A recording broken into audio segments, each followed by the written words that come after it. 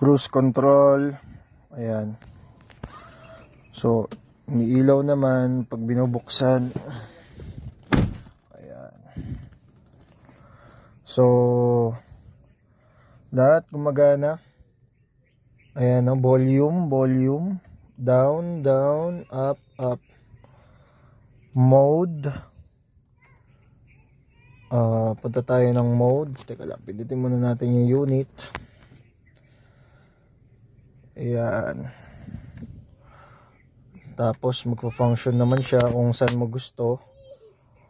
So kung magpe-play ka ng FM, ito yung FM nya. Hanapin mo sa Android radio.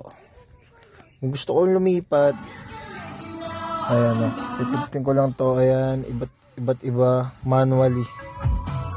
Pwede mo lakasan yung volume gamit itong control na to.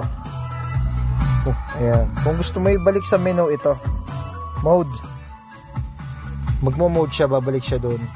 So pwede siyang bumalik conforme kung saan mo siya nilagay. Ayan, nilalakas sa member. Ayan. Tapos end muna natin yung task ng, so ayan siya. So kung titignan natin cruise control, okay, cruise. Ayan, set. Siyempre pag umaandar, pag binaba mo yan, gagana siya kasi hindi pa siya umaandar. Then okay.